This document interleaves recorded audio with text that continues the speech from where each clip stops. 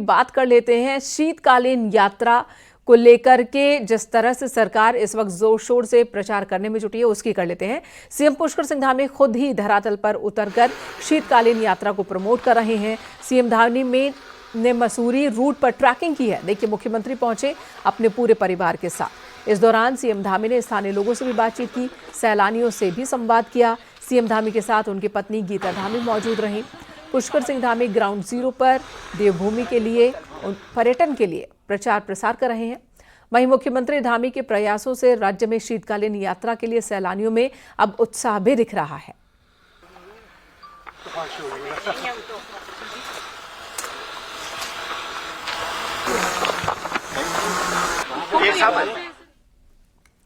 रुद्रप्रयाग में शनिवार देर रात दर्दनाक हादसा हुआ। गौरीकुंड और बद्रीनाथ हाईवे को लिंक करने के लिए अलकनंदा नदी पर बनाए जा रहे पुल पर काम के दौरान अचानक क्रेन का तार टूट गया। इस दौरान हादसे में एक मजदूर की मौत हो गई। एक मजदूर जख्मी है जिसे अस्पताल ले जाया गया।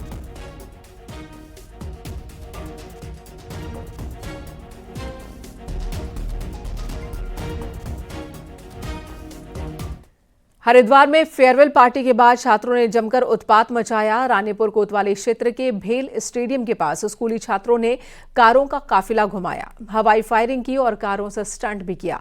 ये वीडियो सामने आने के बाद पुलिस प्रशासन हरकत में है।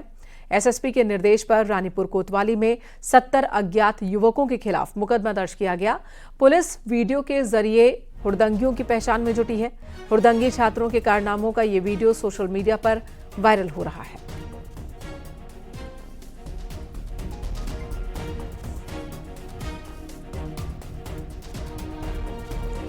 नए कर्मचारियों के लिए आवास नहीं और पुराने कब्जेदार छोड़ने को तैयार नहीं। नैनीताल पालिका का हाल कुछ ऐसा ही है। रिटायर्ड कर्मचारियों और बाहरी लोगों ने पालिका के आवासों पर कब्जा कर रखा है। वहीं अब एक्शन की भी तैयारी कर ली गई है।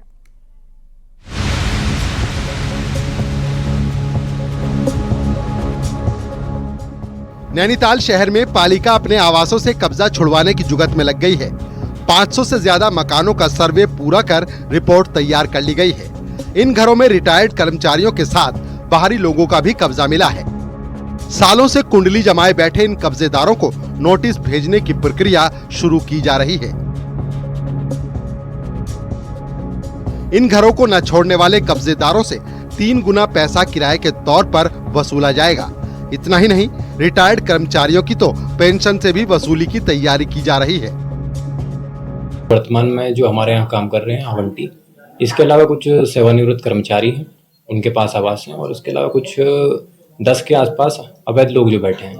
अवैध लोगों से हमने लेना आवास वापस करना स्टार्ट कर दिया है। उसमें एक व्यक्ति से हमने पिछले हफ्ते ही आवास लिया है। उसके अलावा बाकी जो सेवानिवृत्त कर्मचारी हैं उनका जो भी रिकवरी बनती है उस हिसाब से हम कार्रवाई कर रहे हैं। सालों पहले रिटायर्ड हो चुके कर्मचारियों से आवास खाली कराना हमेशा ही चुनौती रहा है। वहीं नए कर्मचारियों को किराए में आवास लेकर रहना पड़ रहा है। हालांकि ये सब कुछ ऐसे वक्त पर हो रहा है जब निकाय चुनाव चल रहा है, इसीलिए बीजेपी इस मामले में कुछ साफ साफ नहीं कह पा रही। तो कांग्रेस आवासों और टैक्सी बाइक को रोजगार का मुद्दा बनाकर मैदान में उतर रही है। जो हमारे भाई टैक्सी चालक वाले भी हैं, बाइक चालक वाले भी हैं, उन पर भी विचार किया जाएगा। उनकी रोजी रोटी है। लेकिन बहुत सी चीजें मैं अभी नहीं कहना चाहती हूँ, क्योंकि गिनी चुनी टैक्सियां थी, इतनी कैसे बढ़ गई। यहाँ के टैक्सी चालकों को रोजगार मिलना चाहिए। मैं इसके लिए चाहूंगी कि यहाँ के जो टैक्सी चालक हैं उनको रोजगार मिलना चाहिए। कि जो नगर पालिका क्षेत्रांतर्गत जितने भी कर्मचारीगण हैं जो रहते हैं, लगभग 350 परिवार हैं, उनके घर को खाली कराने के निर्देश दिए जा रहे हैं। तो ये सोची समझी रणनीति के तहत भारतीय जनता पार्टी के लोग, उनकी जो मनोवृत्ति है, जो उनके मंतव्य है, जो उनकी सोच है, वो दर्शाती है। बहरहाल ये अलग बात है कि कांग्रेस सरकार के दौर में इन आवासों का मालिकाना हक देने पर विचार तो हुआ, जिसका विरोध भी खूब हुआ। लेकिन अब टैक्सी बाइक और मकानों का मुद्दा चुनाव में गर्म है। वीरेंद्र बिष्ट, न्यूज़ 18, नैनीताल।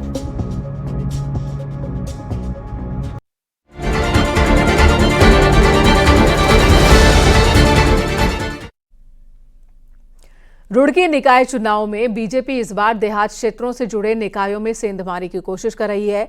हरिद्वार सांसद त्रिवेंद्र सिंह रावत और वक्फ बोर्ड के चेयरमैन शादाब शम्स रामपुर नगर पंचायत में एक कार्यक्रम में पहुंचे। इस दौरान उन्होंने कहा कि क्षेत्र का विकास भी बीजेपी ही कर सकती है। इस दौरान त्रिवेंद्र रावत ने कांग्रेस पर हमला बोला और कहा कि कांग्रेस सिर्फ परिवार की राजनीति करती है। शादाब शम्स ने कहा कि बीजेपी अब रेगिस्तान में भी कमल खिलाने की तैयारी में है, इसलिए पहली बार नगर पंचायत बनी रामपुर में बीजेपी जीत हासिल करेगी। रामपुर के लोगों को ये तय करना है कि उनको कैसे नींव रखनी है, मजबूत नींव रखनी है, विकास के लिए नींव रखनी है या कुछ खास लोगों को खुश करने के लिए रखना है। भारतीय जनता पार्टी युवा मुख्यमंत्री पुष्कर सिंह धामी के नेतृत्व में ऐतिहासिक जीत के लिए जा रही, क्लीन स्वीप। मुझे लगता है कांग्रेस का कुछ नहीं है, पूरी तरह से कांग्रेस तो कहती थी हम चुनाव लड़ रहे हैं, केदारनाथ सेमीफाइनल है, जो सेमीफाइनल में बाहर हो जाता है वो फाइनल के लिए एलिजिबल नहीं होता, तो कांग्रेस तो पहले ही बाहर हो जाती। उत्तरकाशी में 3 नगर पालिका में बीजेपी के 3 नेता बागी होकर चुनाव लड़ रहे हैं, जिससे बीजेपी की परेशानी बढ़ गई है। बाड़ाहाट, बड़कोट, पुरोला पालिका जहां पर बागी प्रत्याशी दमखम दिखा रहे हैं। नगर पालिका बाड़ाहाट से पूर्व नगर पालिका अध्यक्ष भूपेंद्र चौहान और पुरोला पालिका से अमित चंद शाह बीजेपी से बागी होकर अध्यक्ष पद का चुनाव लड़ रहे हैं। वहीं बीजेपी का कहना है कि किसी के जाने से कोई फर्क नहीं पड़ता, नगर पालिका में पार्टी की ही बम्पर जीत होगी।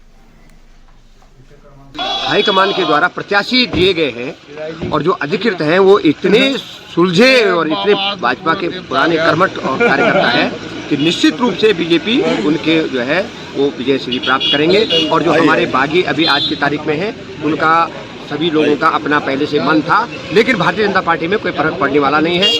ये अटल आडवाणी की पार्टी थी, ये मोदी जी की पार्टी है, लेकिन सिस्टम जो है मैं सिस्टम के विरोध में जा रहा हूँ। मैं भारतीय जनता पार्टी के विरोध में नहीं जा रहा हूँ। ये बात पत्रकार मित्रों सुन लेना, क्योंकि भारतीय जनता पार्टी का जो निशान अमुक व्यक्ति को मिला है मेरे छाती के अंदर है, और जो ये निशान जो है जो गैस सिलेंडर है ये उसके ऊपर है। विकासनगर की हरबटपुर नगर पालिका अध्यक्ष पद की सीट पर बीते दिनों कांग्रेस प्रत्याशी यामुनी रोहिला ने जाति प्रमाण पत्र के गलत होने की आपत्ति के बाद नॉमिनेशन रद्द कर दिया गया था। नामांकन रद्द होने के बाद कांग्रेस प्रत्याशी ने कोर्ट की शरण ली है। हाई कोर्ट में इस मामले को लेकर 7 जनवरी को सुनवाई होनी है। इस पूरे मामले को लेकर कांग्रेस का कहना है कि सरकार के दबाव में आकर प्रशासनिक अमला काम कर रहा है। बीजेपी ने कांग्रेस के आरोपों को निराधार बताया। ये काम बिना सरकार के दबाव के नहीं हो सकता। कोई भी रिटर्निंग ऑफिसर उसके किसी भी उम्मीदवार से कोई दुश्मनी नहीं होती है, और जब भी कभी ऐसी चीज़ होती है भाजपा के राज्य में तो वो निश्चित रूप से मानना चाहिए कि उस सरकार के दबाव में ही प्रशासनिक अधिकारी कार्य कर रहा है। यदि किसी प्रत्याशी को ये लगता है कि उनका गलत तरीके से नामांकन पत्र रद्द हुआ है तो रिटर्निंग ऑफिसर की उस एरर ऑफ जजमेंट के खिलाफ अदालत जाने का रास्ता उनके पास भी उपलब्ध है। सबको चुनाव लड़ने का अधिकार है, लेकिन हम कौन से डॉक्यूमेंट चुनाव में प्रस्तुत करते हैं क्या नहीं प्रस्तुत करते उसकी जिम्मेदारी तो हमारे ऊपर है। कोटद्वार में नगर निगम चुनावों को लेकर राजनीतिक माहौल गर्म है। मेयर पद पर बीजेपी और कांग्रेस के बीच तीखी लड़ाई देखने को मिल रही है और सीधी जंग है। स्थानीय और कॉलोनी से जुड़े छोटे छोटे मुद्दों को ये कैंडिडेट इशू बना रहे हैं, लोगों के बीच जा रहे हैं और साथ ही साथ मूलभूत समस्याओं को लेकर बात हो रही है। वोटर्स का कहना है कि सड़क और पानी जैसी जो समस्याएं हैं वो अब भी बरकरार हैं। कई पार्षदों को लेकर लोग अब बदलाव के मोड में हैं। तो आज तो गलियों में ही ना घूमे हुए तो काम क्या करेंगे। मुश्किल से 2-3 बार देखा मैंने पूरे 5 साल में नहीं हुआ। हमारी आए दिन तो 12 फूकती रहती है पानी की बहुत बड़ी समस्या है। तो टैंकरों से आता है, उसमें थोड़ा पानी भी साफ नहीं आता, लेकिन क्या करते हैं मजबूरी में उसे पीना पड़ता है हमें जब पानी नहीं रहता है। तो आए दिन हमारी 12 फूकती रहती है। और कुछ सड़कों की मरम्मत से जो गड्ढे होते हैं ना उसमें आए दिन गाड़ी गिरती रहती है, उसमें चोट लग जाती है। हमारे मुद्दे रहेंगे सबसे पहले वार्ड की जो रोड है, जो लाइट है, जो पानी, उसकी दुर्दशा को सुधारना। जो हमारा वार्ड पिछले जब से ये नगर निगम के चुनाव है, वार्ड की कुछ भी हालत ठीक नहीं हुई है। जनता को ये भी पता नहीं चला कि हमारा पार्षद कौन है। सीएम पुष्कर सिंह धामी ने निकाय चुनाव में बड़ी जीत का दावा किया और कहा कि कांग्रेस ने ही केदारनाथ चुनाव को सेमीफाइनल कहा था और उसमें उनकी करारी हार हुई और अब निकाय चुनाव में हार के बाद कांग्रेस का नाम ही जनता के बीच से गायब हो जाएगा। सीएम ने कहा कि निकाय चुनाव जीतकर ट्रिपल इंजन की सरकार बनेगी। साथ ही मुख्यमंत्री ने यह भी कहा कि इसी महीने उत्तराखंड में यूसीसी भी लागू हो जाएगा। हालांकि उन्होंने तारीख को लेकर कोई बात नहीं की है। न्यूज 18 से सीएम धामी की एक्सक्लूसिव बातचीत। मुख्यमंत्री पुष्कर सिंह धामी के नेतृत्व में ज्वाइनिंग का सिलसिला और नए साल की शुरुआत निकाय चुनाव के साथ होगी। सर, निकाय चुनाव की शुरुआत होगी और जिस तरह स्थितियां दिख रही हैं, देखिए, देवभूमि उत्तराखंड के लोगों ने हमेशा भारतीय जनता पार्टी को आशीर्वाद दिया है। चाहे लोकसभा के चुनाव हो, आदरणीय प्रधानमंत्री जी को तीसरी बार प्रधानमंत्री बनाना हो, या राज्य के अंदर दूसरी बार भारतीय जनता पार्टी की सरकार बनानी हो, डबल इंजन की सरकार बनानी हो, तो हमेशा भाजपा का उन्होंने आशीर्वाद दिया है, साथ दिया है। तो निकाय के चुनाव में भी भारतीय जनता पार्टी की सरकार बनाएंगे और आशीर्वाद देंगे और राज्य के विकास को और गति प्रदान करेंगे। हरीश रावत ने एक बात कही कि धामी, मोदी, योगी जो नैरेटिव है उसका तोड़ कांग्रेस के पास नहीं है और ये जो पोजीशन दिख रही है, साफ दिख रही है कि हरीश रावत ने या कांग्रेस ने हार मान लिया। आपको लगता है इस नैरेटिव का तोड़ नहीं है? देखिए, हमारे प्रधानमंत्री जी के नेतृत्व में आज भारत का मान सम्मान पूरी दुनिया के अंदर बढ़ रहा है और देवभूमि के लोग अपने को गौरवान्वित महसूस करते हैं कि आदरणीय प्रधानमंत्री मोदी जी उत्तराखंड के हृदय में बसते हैं और उत्तराखंड उनके हृदय में बसता है। तो निश्चित रूप से देवभूमि के लोग भली भांति जानते हैं कि उनके प्रधानमंत्री बनने के बाद अनेकों काम उत्तराखंड राज्य के लिए हुए हैं, अनेक योजनाएं यहाँ के लिए स्वीकृत हुई हैं। हमारे सीमांत से सीमांत क्षेत्रों का विकास हो रहा है। पहले जो हमारे जैसे हिमालय के राज्य थे, उन राज्यों की अनदेखी की जाती थी, लेकिन आदरणीय प्रधानमंत्री जी ने वाइब्रेंट ब्रेन जैसी योजना लाकर हमारे यहाँ आदि कैलाश जाकर, माणा गांव जाकर सीमांत क्षेत्रों को और उत्तराखंड को पूरे भारत के मुख्य नक्शे पर लाने का, मुख्य पटल पर लाने का काम किया है। तो उत्तराखंड वासी उनसे दिल से जुड़े हुए हैं, इसलिए हमेशा भारतीय जनता पार्टी का साथ देते हैं। यूसीसी की तारीख आपने ऐलान तो कर जल्दी हो जाएगा। तो मुख्यमंत्री पुष्कर सिंह धामी का साफ तौर पे कह रहा है कि अतिक्रमण के खिलाफ जो अभियान चल रहा है वो चलता रहेगा। जो देवभूमि की छवि बनाए रखने की उनकी जिम्मेदारी है वो उस पर काम करते रहेंगे। यूसीसी इसी महीने आएगा, लेकिन तारीख बताने में अभी थोड़ा वक्त है। लेकिन जनवरी में उत्तराखंड देश का वो राज्य बनेगा जहां यूसीसी लागू होगा। कैमरा संदीप नेगी के साथ दीपांकर भट्ट, न्यूज 18 देहरादून। केंद्रीय राज्य मंत्री अजय टम्टा ने पिथौरागढ़ में मेयर पद के लिए पार्टी उम्मीदवार के पक्ष में वोट की अपील की। केंद्रीय मंत्री ने पिथौरागढ़ सिटी में पैदल घूमकर मतदाताओं से बातचीत की और बीजेपी की कल्पना देवलाल को जिताने की अपील की है। इस मौके पर टम्टा ने कहा कि बीजेपी की डबल इंजन की सरकार ने पिथौरागढ़ में हवाई सेवा शुरू करने से लेकर मेडिकल कॉलेज के निर्माण तक का काम किया। सड़कों को बेहतर करने का काम भी बीजेपी सरकार ही कर रही है, जिसका फायदा चुनाव के दौरान पार्टी को मिलेगा।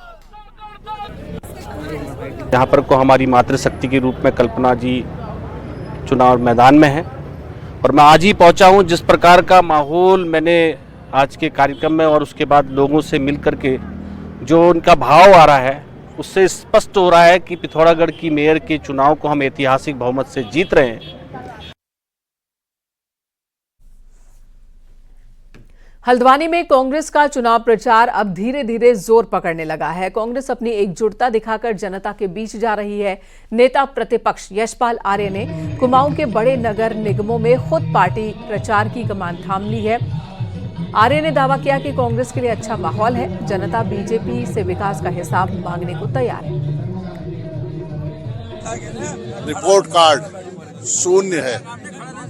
भाजपा चाहे कितना ही कुछ कह ले, लेकिन जनता ने फैसला कर लिया है। ऐसा मुझे महसूस हो रहा है कि बदलाव का, परिवर्तन